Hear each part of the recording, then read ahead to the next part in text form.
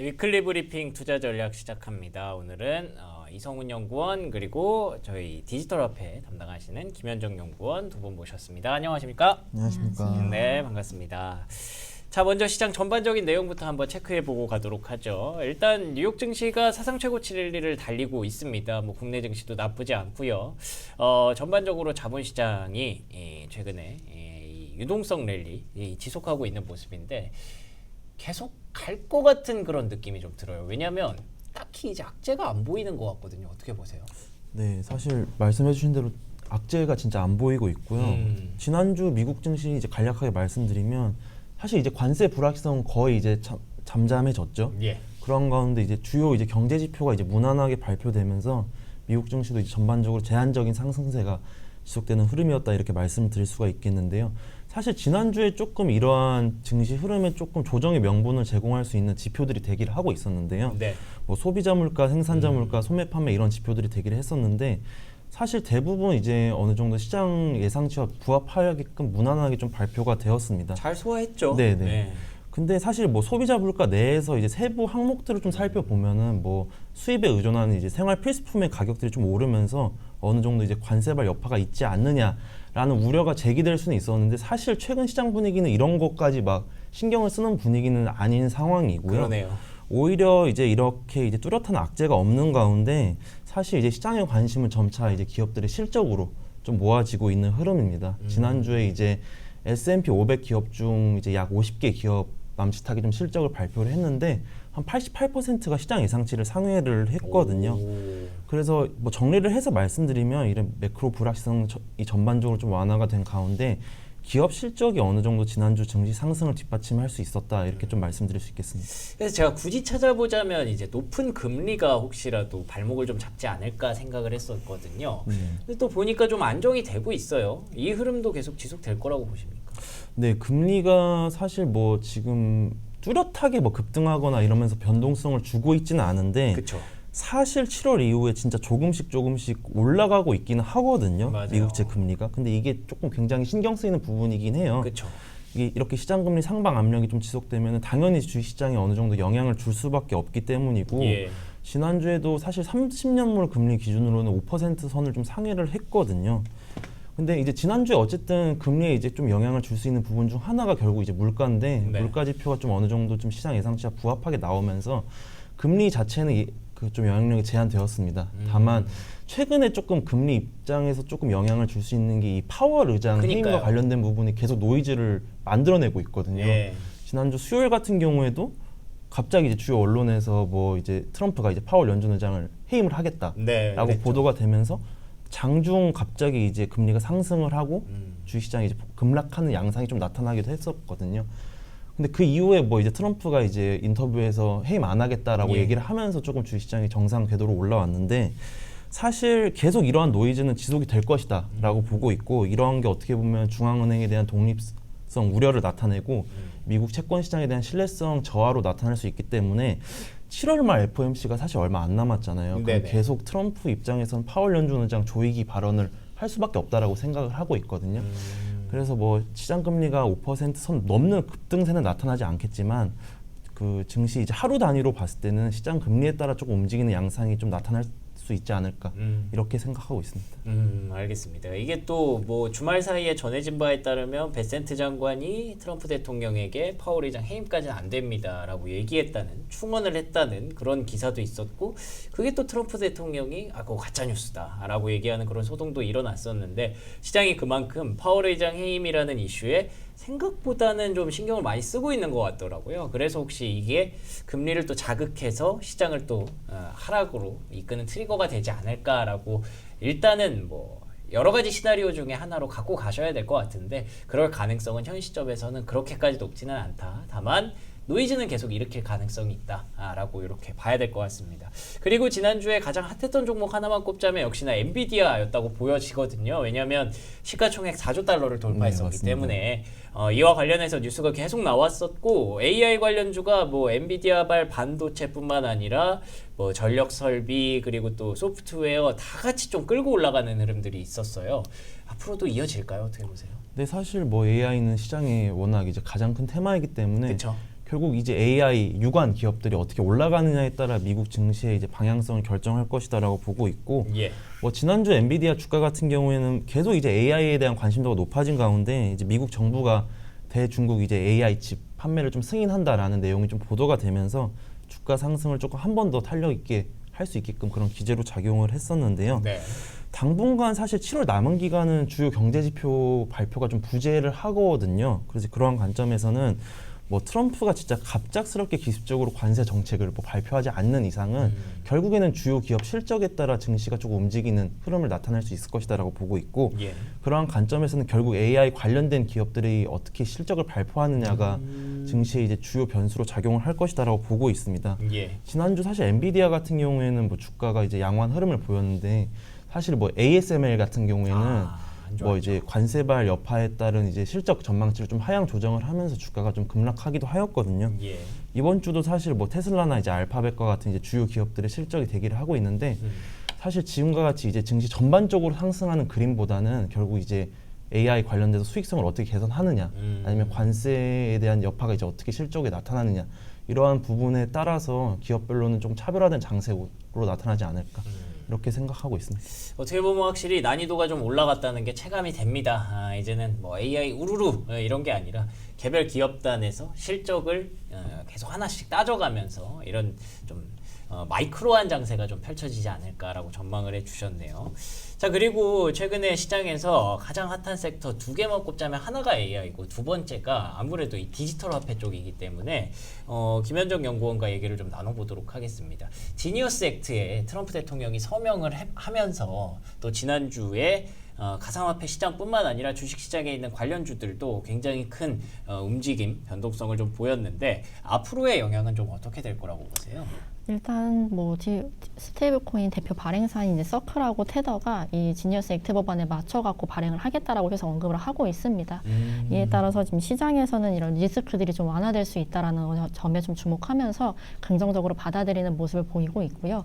또 추가적으로 사실 이 지니어스 액트 법안이 예상보다 훨씬 더 빠르게 추진이 되었습니다. 그래서 그러한 점에서 이거와 같이 함께 논의되었던 하원에서 같이 논의되었던 가상자산 관련 법안들도 계속 추진될 거라고 보고 있고, 또 이에 따라서 또 이러한 모습들이 모두 다 트럼프 대통령이 친가상자산 정책을 계속 끊임없이 추진하고 드라이브 걸고 있다라는 거에 반증으로 좀 보여주고 있기 때문에 시장에서 조금 더 긍정적으로 영향을 좀 받고 있는 모습을 보이고 있습니다. 그렇군요. 지니어스 액트에서 끝나는 게 아니라 그러면은 다시 말하면은 여기서부터 이제 코인 시장에 대한 어떤 제도권 편입이 계속 시작이 되는 상황일 수도 있다라고 볼 수 있는 거네요. 네, 맞습니다. 아무래도 그 속도는 좀 빨라질 수 있기 때문에 시장에는 지속적으로 긍정적으로 작용하지 않을까라고 저는 보고 있습니다. 그렇군요. 그러면 뭐 3법이라고 얘기는 합니다만 우리가 제일 되게 관심 있게 지켜보고 되게 큰 변화다라고 생각하는 게 이제 스테이블 코인 쪽이잖아요. 앞으로 스테이블 코인의 뭐 시장 전체적인 전망이라든지 뭐 서클이라든지 이런 기업들의 주가라든지 이런 거 어떻게 보고 계신지 궁금해요.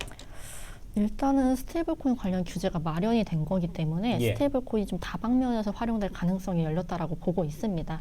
특히 스테이블코인은 뭐 수수료 절감이라든지 비용 절감 기대감이 굉장히 높다라는 점에서 아마 금융기관에서도 좀 채택하는 사례들이 등장할 수 있을 거고, 실질적으로 채택했을 때에는 이 스테이블코인이 가상자산 시장과 그리고 전통 금융시장 간의 경계감을 좀 무너뜨릴 수 있는 좀 역할로서 작용할 수 있을 거라고 보기 때문에 어느 정도의 확정성을 가져가는지에 따라서 관련 주가라든지 이러한 시장 변화가 좀 예측될 수 있어서 이런 내용들을 좀 주목해볼 필요가 있다라고 보고 있습니다. 알겠습니다. 계속 이제 앞으로 우리가 좀 주의 깊게 봐야 되는 섹터라는 것에 대해서는 이견의 여지가 없는 것 같고요. 어떤 방향 쪽으로 만들어질지 이런 것들을 좀 세부적으로 이제 들어가야 될 것 같아요. 어떻게 보면 이것도 투자 난이도가 조금 높아지는 배경 중에 하나라고 볼 수 있을 것 같은데, 아예 없던 게 이제 만들어졌으니까 그때부터는 계속 뭐가 진짜인지를 찾는 그런 흐름들이 지속되겠죠. 그래서 그런지 관련주에 대한 변동성이 좀 커지는 모습이에요. 예를 들면 아까 서클도 말씀드렸지만 국내에서는 이제 뭐 카카오페이라든지 이런 종목들 믿고 사셨다가 좀 많이 당하신 분들이 꽤 많거든요. 이런 종목들 투자하실 때 전략을 좀 어떻게 가져가는 게 좋을까요? 일단은 국내 입장에서는 사실 조금 국내는 아직 법안 자체가 지금 미국처럼 빠른 상황은 아닙니다. 그렇죠. 그렇기 때문에 좀 속도감 있게 시장이 너무 선반영한 그런 느낌도 있기 때문에 아무래도 변동성이라든지 좀 조정 가능성에 좀 유의할 필요가 있고 특히나 법안 발의나 뭐 그런 방향성에서는 좀 많이 뭔가 급락할 수 있는 여지도 좀 남겨둬야 될 거라서 좀 이런 부분에 좀 주의가 필요하다고 보고 있고 미국 입장에서 미국의 관련주를 좀 본다면은 사실 이제 지금 최근에 이제 이미 뭐 서명하기 전에 이미 기대감으로 선반영되면서 많이 올랐습니다.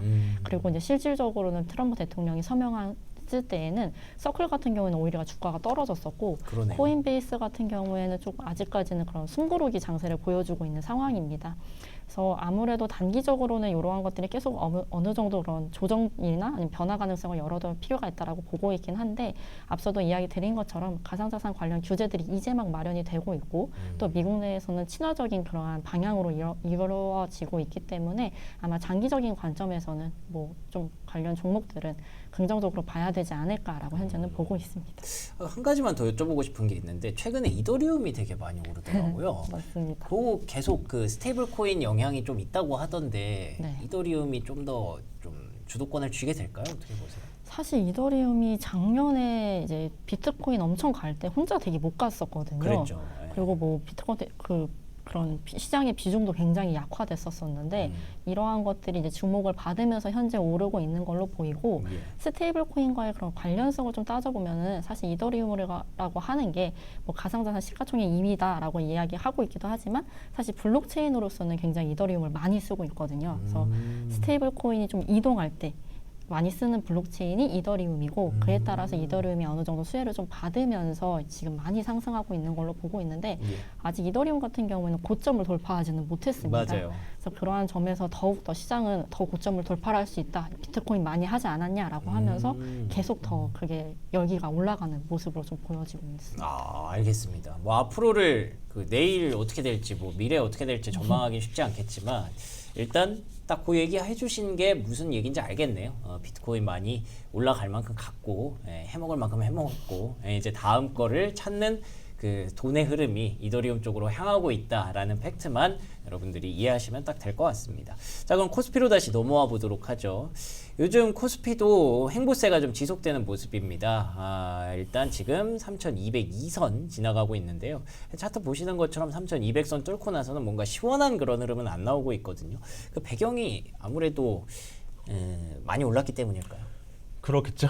네, 일단 연고점 이제 사상 최고치만 하더라도 3,300포인트니까 단기적으로 사실 너무 빠르게 오르기도 했고 예. 단기 과열 국면 인식 속에서 조금 3,200포인트 선 전후로 조금 수급 공방전이 계속 나타나고 있는데 일단 뭐 최근 행보세 배경은 그런 이제 가격적인 부담도 있는데 사실 이제 어느 정도 6월 계속 상승 랠리를 뒷받침했던 그 증시 부양 정책이 예. 기대감으로 올랐다가 이제는 약간 소강 상태 국면으로 진입을 했어요. 7월 초에 사실 상법 개정이 이제 통과를 하면서 한번 이제 크게 좀 상승하는 모습을 나타났는데 예. 그 이후에는 사실 뭐 자사주 소각 의무화나 배당소득 분리 과세와 같은 뉴스 플로어만 나타나고 사실 아직 뭐 유의미하게 정책 추진이 빠르게 나타날 수가 없는 국면이기도 하거든요, 사실. 그렇군요. 그래서 이게 어떻게 보면 숨고르기 국면으로 나타나고 있지 않나라고 생각을 하고 있고 두 번째 요인은 최근에 이제 원달러 환율이 네. 1,400원 선으로 이제 근접을 하였습니다. 꽤 아무래도 올랐더라고요. 그렇죠. 이게 예. 달러가 좀 뭐 앞서 말씀해주셨던 뭐 스테이블 코인 도입도 있고 미국 지표도 조금 양호하게 나오면서 이게 달러 강세로 나타나면서 원달러 환율이 올랐다는 점도 분명히 이제 국내 증시의 추가적인 상승 동력을 좀 제한하는 요인이다. 이렇게 말씀을 드릴 수가 있겠는데 결국 시장 참여자들도 어느 정도 다 눈치 보기 장세로 좀 돌입을 한 것 같아요. 한숨 돌리는군요, 그렇죠. 다들. 이제 예. 그러한 관점에서 나타나는 특징이 결국에는 기존 주도주에서 이제 소외주로 넘어가는 흐름인데 이게 사실 기존 주도주가 상반기에 많이 오르면서 시총 비중이 커졌거든요. 예. 그럼 그 이제 수급 로테이션 과정에서 당연히 이제 그러한 부분들에 있어 차익 실험 매물 출회는 증시에 좀 부담으로 작용을 할 수밖에 없기 때문에 그러네요. 이러한 부분들이 다 맞물리면서 증시가 좀 행보세를 보이지 않나 이렇게 생각을 하고 있습니다. 근데 또 주도주가 이렇게 좀 빠진다고 해도 이제 다른 종목들이 못 가면은 그때부터는 이제 지수가 빠지는 건데 어쨌든 3,200은 지키고 있다는 게 소외주들이 그래도 나름 그 뒷받침을 해주고 있다는 거잖아요. 빈자리를 메꿔주고 있다는 거잖아요. 네. 예를 들면 지금 삼성전자도 거의 뭐 7만 원 갈 기세거든요. 지금 네. 68,500원까지 오늘장 강한 흐름 보여주고 있고, 지난주 금요일에는 뭐 포스코 퓨처엠 같은 2차전 지주들이 올라오는 모습들도 있었어요. 이런 흐름을 앞으로도 계속 주목해 봐야 될까요? 네, 일단 단기적으로는 7월 증시, 뭐 지난주에도 말씀을 드렸는데 7월 네. 증시의 이제 핵심 컬러는 순환매랑 이제 기존 소외주들의 이제 키 맞추기 장세라고 이제 저는 생각을 하고 있거든요. 그렇군요. 이제 그러한 관점에서 뭐 이제 뭐 SK 하이닉스 대비 삼성전자, 네. 코스피 대비 코스닥, 그리고 뭐 2차전지 바이오 이런 업종들의 어느 정도 키 맞추기 장세는 지속이 될 수 있을 것이다. 7월 남은 기간 동안에서는 그렇게 생각을 하고 있고요.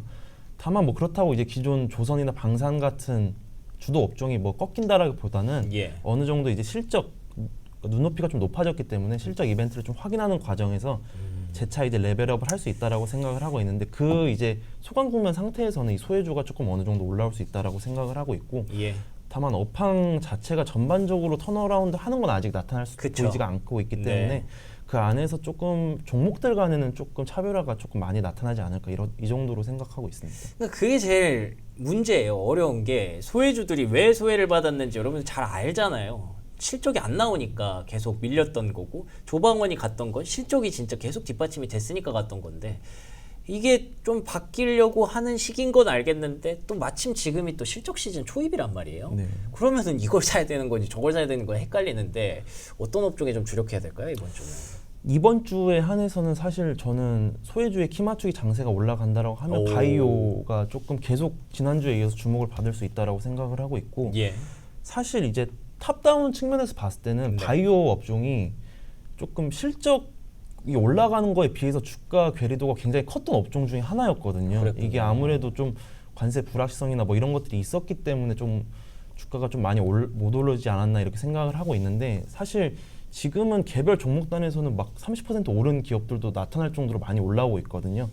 저는 이번 주에 한해서는 좀 바이오 업종이 조금 계속 지난주에 이어서 강세 흐름을 보이지 않을까라고 생각을 하고 있고 예.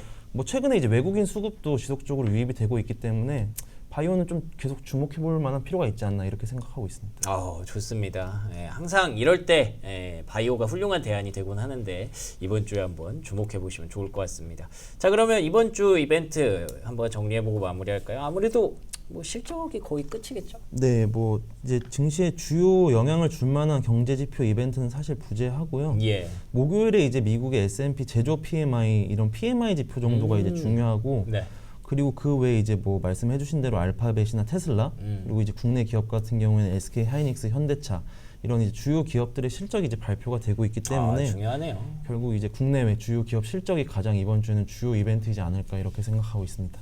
좋습니다. 미국도 그렇고 국내도 그렇고 실적 시즌에 초입이었고 이제는 점점 클라이막스로 계속 치닫고 있는 상황입니다. 뭐 물론 이번 주에서 끝나는 것도 아니고요. 다음 주까지 7월 한 달은 이제 계속 실적 보면서 좀 마이크로하게 가야 될 것 같고요. 시장이 좀 어렵다라고 생각하시는 분들은 계속 이제 스테이블 코인 관련 얘기 좀 주목해 보시고 혹은 이제 바이오도 한번 잘 챙겨 보시면 좋을 것 같습니다. 두 분과 함께한 시간 이렇게 마치도록 할게요. 오늘 좋은 말씀 고맙습니다. 감사합니다.